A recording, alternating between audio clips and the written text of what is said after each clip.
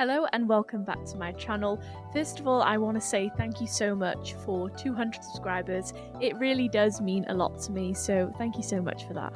Recently, I've been seeing a lot of discourse online regarding skincare products being targeted towards children and the rise of kidfluencers online. Shay Mitchell, who is best known for her portrayal as Emily Fields in Pretty Little Liars, released a skincare brand called Reenie back in November of 2025. With their mission statement being, "We created Reenie because we wanted products that are gentle, trustworthy, and inspire creativity. Elevated by Korean innovation, Reenie is where skincare meets play. A world where kids can dream, transform, and explore with dermatologist-tested products parents trust. Our mission is simple: to nurture healthy habits, spark confidence, and make thoughtfully crafted daily care essentials and play products accessible to every family." So, of course, this immediately sparked controversy online, with many parents expressing their concern over the pressure that children, especially young girls, already face. In an article published by Marie Claire, a user said, "Because why should your body dysmorphia start in your teens when it can start earlier?" And this has been the outcry that I have seen a lot online. The term Sephora kids has also been thrown into this discussion, which is an internet term used to describe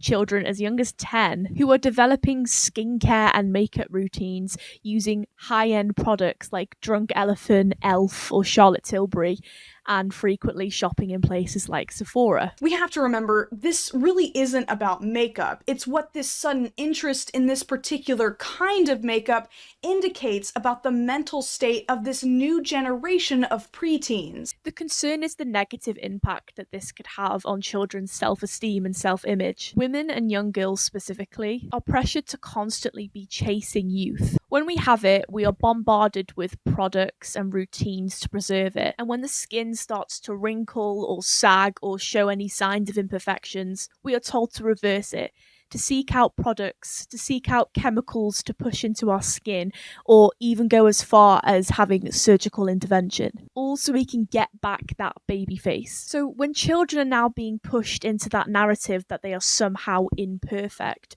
where does it end? And I want to make it clear that I'm not talking about products like SPF or products used to treat skin conditions like eczema or contact dermatitis. This discussion is specifically about products that are meant for mature skin. But on the other hand, many other people have been in favour of Shay Mitchell's skincare brand. Rebecca Bartlett, for example, who is the principal creative director of Bartlett Brands, which is a health and wellness boutique, she says, "Kids have always played beauty, and they won't be stopping anytime soon.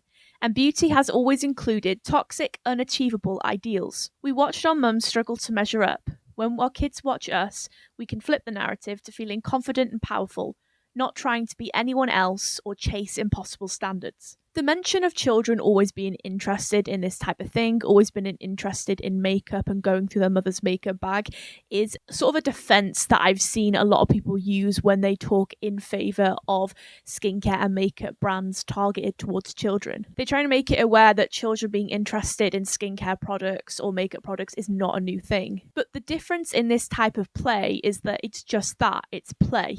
They don't turn it into a ritual or a daily routine. They're not consciously thinking about the things that they can put on their skin to make themselves prettier or appear younger. Products like these can act like a gateway into something much bigger. It's an invitation to be picked apart by society that is already waiting in the wings to do that as soon as it's deemed socially acceptable. I feel like I'm seeing a lot of children being forced into this role to act older than they actually are, especially online. Some very famous examples of this is Kim Kardashian's daughter, Northwest. Kim has been heavily criticized for the way that she has allowed North to dress, which includes things like corsets, short skirts, big boots, high heels, all at just the age of 12. I'm not going to include any pictures of North on here just because I don't think it's something that to be looking at and judging, but if you do want to go and see what I'm talking about, then you can find it online yourselves. And then we have the internet comparing other young girls, like Beyonce's daughter Blue Ivy, comparing the way that Beyonce allows her daughter to dress when she's a similar age to North. Guys, just a quick editor's note here. I realised that as I was about to insert the footage, that would mean that I would be showing you pictures and videos of Northwest and Blue Ivy, which is something I said I wasn't going to do because it just felt weird to me to do that. But basically the creator just compares the ways in which Beyonce allows Blue Ivy to dress while still being able to express herself and still be able to wear the things that are trendy but also that age appropriate, and then she compares that to the way that Kim does that with Northwest. Even though I think this creator makes some good points, this just goes to show that conversations about young girls' bodies and what they wear are already being had. And I think the world and the media is now becoming more comfortable to comment on them. Topics like these have sparked a lot of online debates and studies, along with one subreddit, Are Sephora Kids Real? A socio-ethical analysis of youth cosmetic culture. One commenter says, I teach 5th grade. I used to teach middle school. I feel like kids these days are so much more conscious of beauty trends than I was. I put on thick black eyeliner once in 7th grade, owned a small purple and brown eyeshadow palette, and occasionally wore bright red lipstick. I washed my face with Cetaphil and Aveeno moisturiser when my mum bought it for me and said I should start using it. I painted my own nails sometimes.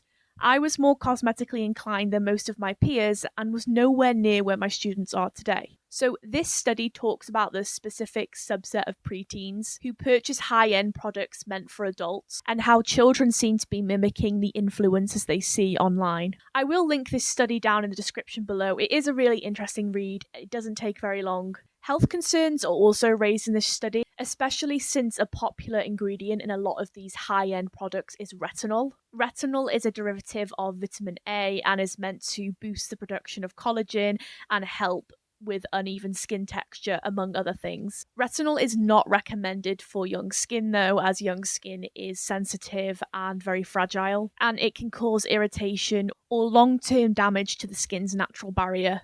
So the study concludes with a statement, studies highlight concerns raised in dermatology and public health research regarding early exposure to active cosmetic ingredients, the role of appearance-based social comparison, and the commercialization of self-expression at young ages. So when I read all this to you, it might seem like all hope is lost or that we really are fighting a losing battle when it comes to the things that children are being exposed to online. But in 2023, Dove released an ad campaign advocating for young people's mental health. The ad campaign aims to protect young children from the harsh realities of being online, which are fueling a mental health crisis. Dove partnered with Common Sense Media and Parents Together Action to attempt to safeguard and protect children online. Again, I will link this campaign in the description. They have all sorts of information on there, petitions to sign, things like that. So it is refreshing to see that there is a high-end brand out there who is promoting the importance of self-esteem and self-love with young children, and also offering a safe, gentle, and age-appropriate alternative for young kids. I'm not a parent, so I know that I can't fully appreciate what it's like to parent children in today's world, especially since social media and an online presence is practically shoved down your throat constantly. But I do have that outside perspective that parents might not be able to see because they are so close to it. And it's worrying to see children online so obsessed with their image and their body and their face, especially when they can't make informed decisions about the things that they post online. Let kids be worry-free, let them climb trees, believe in Santa Claus and the Tooth Fairy. Let kids be kids. Let them enjoy the ignorance of youth before they are thrust into the hellfire that is our reality. Thank you so much for watching this video. I hope you enjoyed. I want to thank you again for 200 subscribers. I really hope I can get that number to 500 in a couple months. That would be a really big goal for me. Please let me know what you think down in the comments. Make sure to leave a like and of course subscribe. Thank you so much, and I will see you again soon.